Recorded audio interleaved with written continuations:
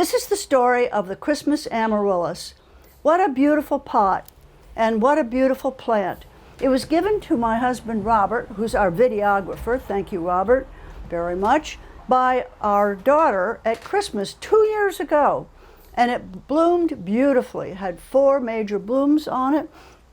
And I decided I was going to try to see if I could get it to continue to bloom.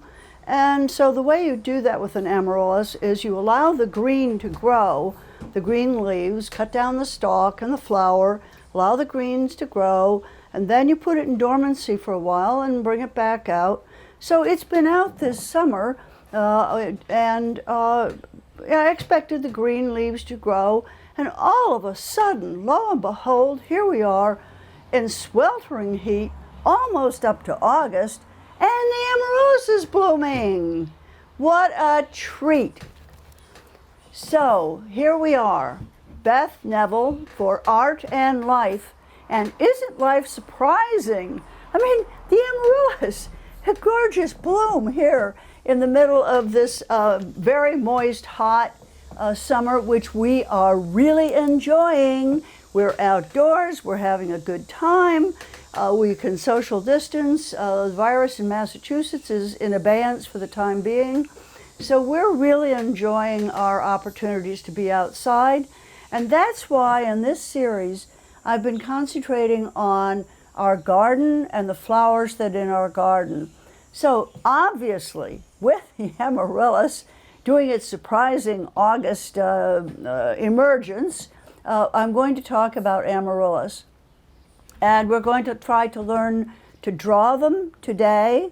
And next week, in the next segment, we'll look at how to paint them in a variety of different ways, with crayons and acrylic and tempera, maybe even with some oil paint.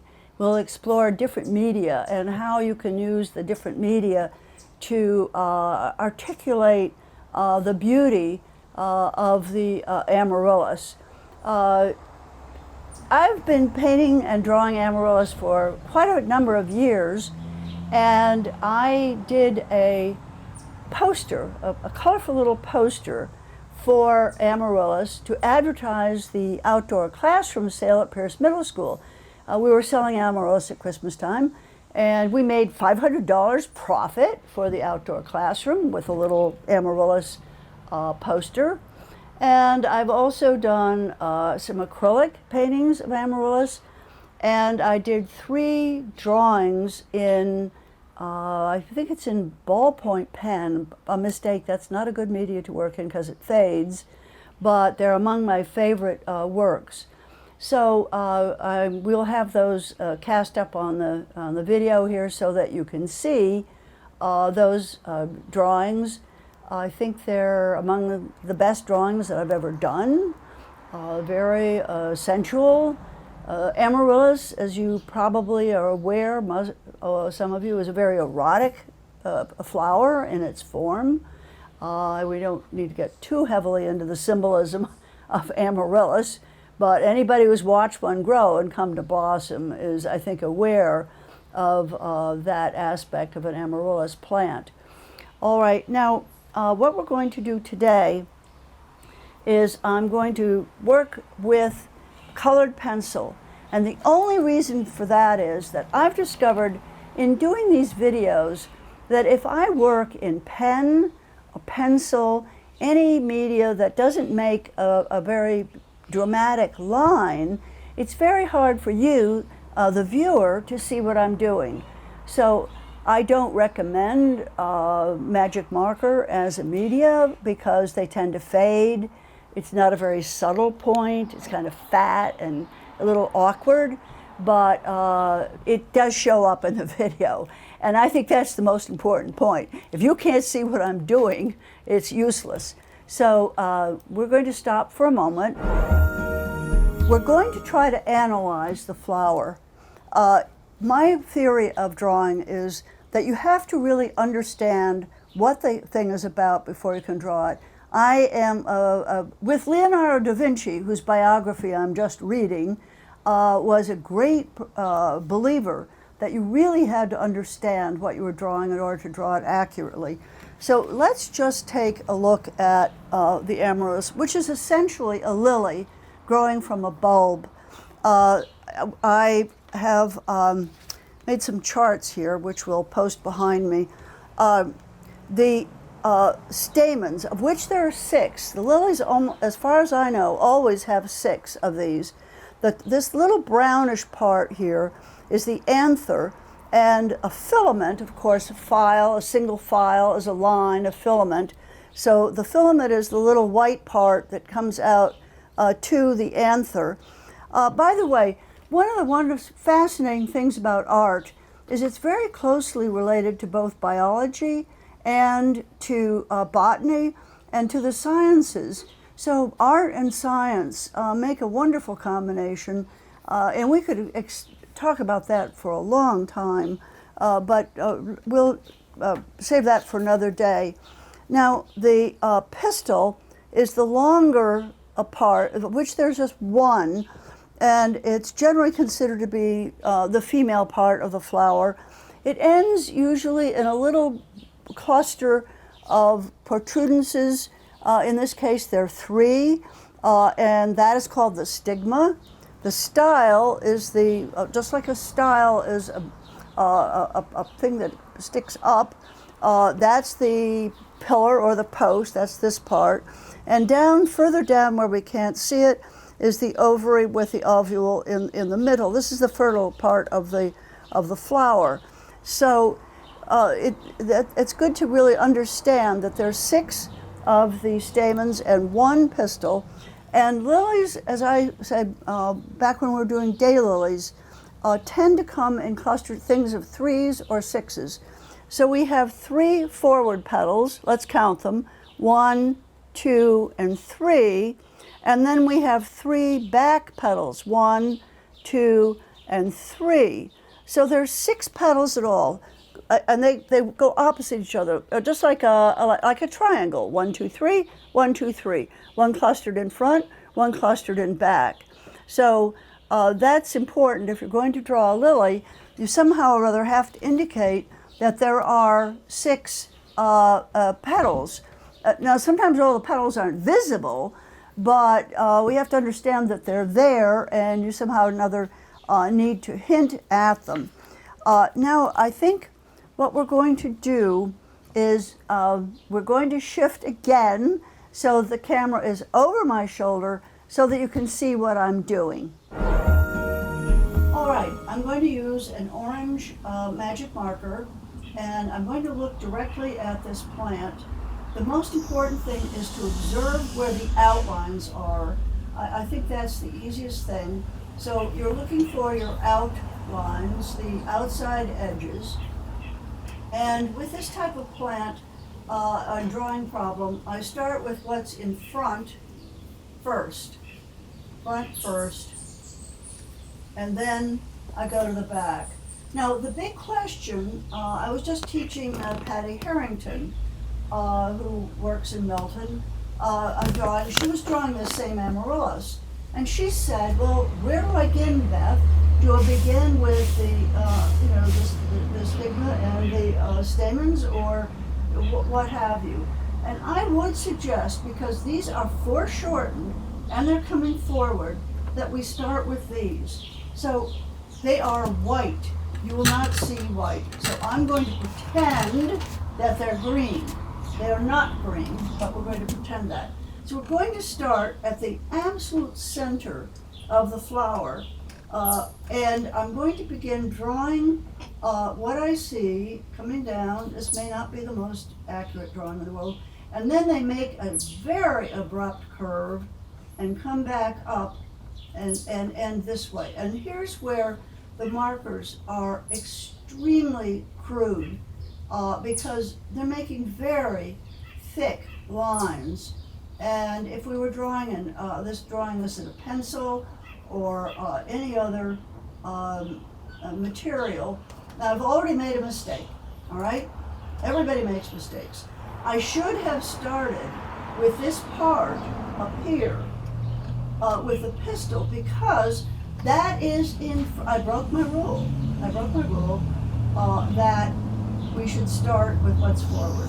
So I'm going to redraw this, beginning with this part here, the 3-part, and it comes down, and it turns abruptly and goes back up this way. All right, that's in front.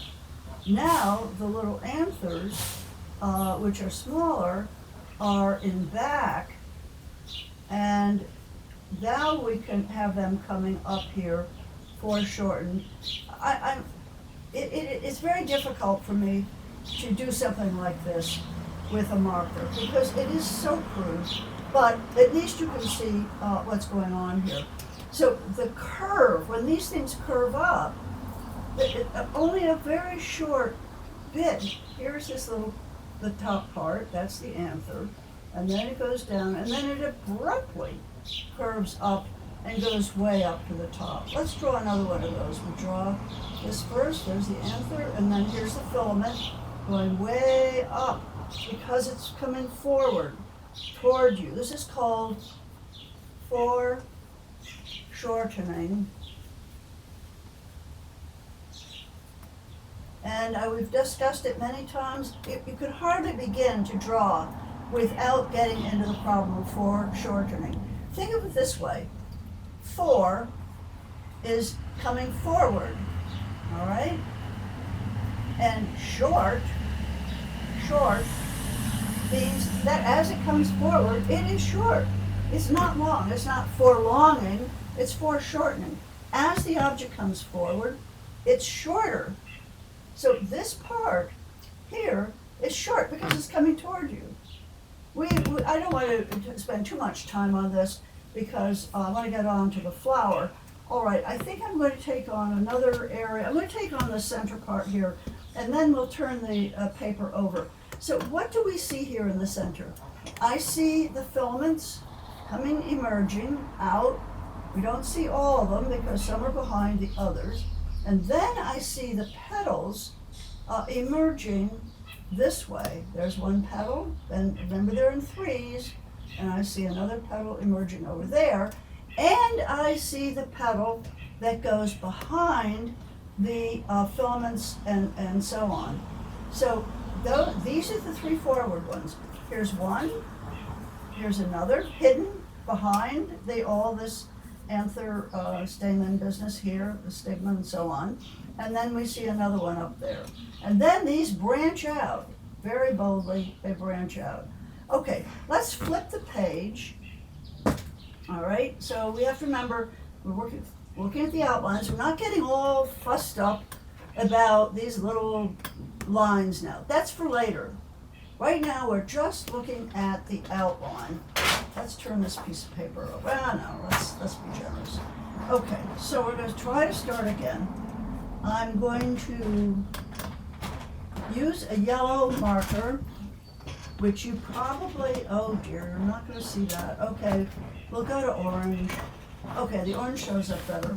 So I'm going to pretend that the center parts, which are pale green and white, are being drawn in orange. Okay, we're going to start with a stigma. Here it is, 3-part thing, comes down, all right, abruptly turns and goes back. And then here's one anther, goes back, there's another anther, there's another one here. So we should get 6 of them in, and let's see, 1, 2, 3, 4, 5, all right. And these all reverse direction and come from up here. So they're coming down. We're not getting cardinals today in the background. We're getting a little bit of hammering because there's some construction. So there are 6 of these things and another one hidden behind. All right, so that's going to represent this part of the drawing. All right, now we're going to start, as I said before, with the parts that come out. There's one petal, all right, and here's another petal over here, all right, and then the third petal is coming out down here. So I'm just trying to draw that center section. All right, let's start with the 3 forward petals. Let's start with the two easy ones. They're very symmetrical, and they start out, it comes to, I'm going to try to draw this place where it turns over. That's the turn back here, and here's the turn back over there, and then this comes out in a kind of a wavy motion. I've got a little bit of a flip there, a little bit of a raggedy edge here, all right, and this one could come out, flutters way up, a little bit of an edge there, a turn here, kind of comes along there. And then this one down here extends below the stigma and the stamens and so on. All right, so we can begin to see the shape of the amaryllis. I think I've made a mistake. I can see right away I've made a mistake. This should have flared up more. These flare way up. You see how that goes up higher? I had them way too low. If you make a mistake like that, don't despair, just keep right on going. All right, now we're going to try to draw the big leaf, big petal that's up here, and it comes down, kind of wobbly, and it comes down behind these two. All right, so now we've got 1, 2, 3, 4. Now we need to do 5 and 6. Number 5 branches out to about here, and number 6 has a wonderful wobble in it, sort of like that. All right, so we've established this point and that point, okay? We got those 2 points established. Now we're going to come in, and this one is underneath here, it has sort of a wavy line, and it comes, there's another wave here, and it comes up here. This one starts very close, very similar over there, and very similar. We're going to take it away up to here, does that. All right, now I think what, it's actually, I think I've just really got it right, because look what happens here. This, and this all form a line. See that? Mine don't quite form quite like. There's a line there, there's a line there, and there's a line there. So my critique of my drawing would be, I did not bring this down far enough. This should have extended down. And this line should have been more like this, and this line should have come out here. This one should have come out here. Yes, so this is opposite this, that's opposite that. This comes in, and I think for drama, this should have come up higher. Now let me take a darker orange, and I'm going to go over what I think is a better part, a better representation of what's going on here.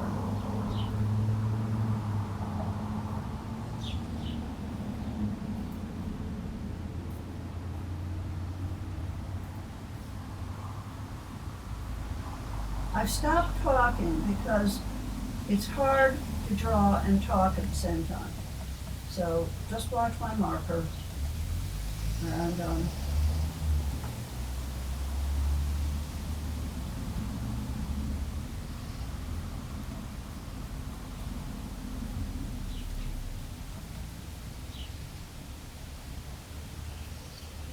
okay, I think that's pretty much it. It's interesting to see that this really is, this should even have come out further. This should come out even more. So this line, this line, this line, that, and that. Then goes this, and goes that. So that's essentially it. Now, okay, so once you've got your basic outline figured out, no erasing, okay? If possible, no erasing. And never erase with a pencil. That is a no. you need to buy an art eraser. That red, this red eraser always leaves a mark, ruins the paper. So that is, you never, ever, never, ever, ever, ever erase with the end of the pencil. Okay, now let's pretend that we're going to try to get some of the markings in. So let's just take this side here. These lines kind of swoop in now. All right, here's the red, kind of coming in from the edge this way, peeling out to pink. All right, same thing up here. Here's the flat part. All right, and then these lines come in from the edge. All right, let's do this one.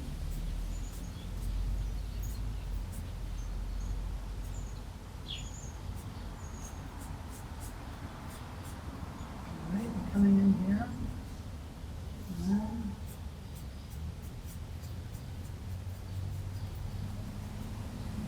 And then we kind of do that, and this one.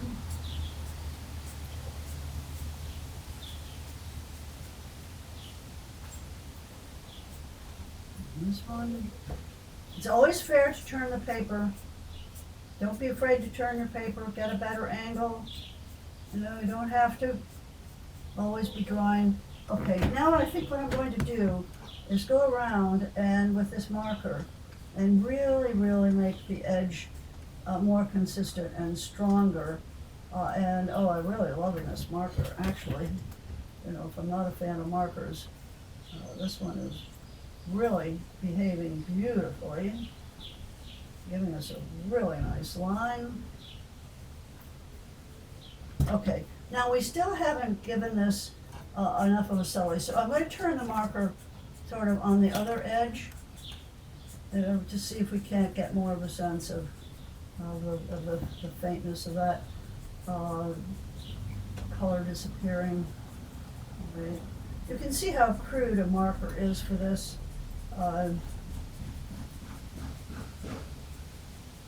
Okay, I think we're going to stop this because I want to show you how to draw the, we're going to quit here because I want to show you how to draw the amaryllis from another direction. So we're going to take this off. You've got just enough time here. Supposing we want to show the amaryllis from this angle. Robert, is it showing up? Yes, it is. Okay, great. All right, the leaf is in the way.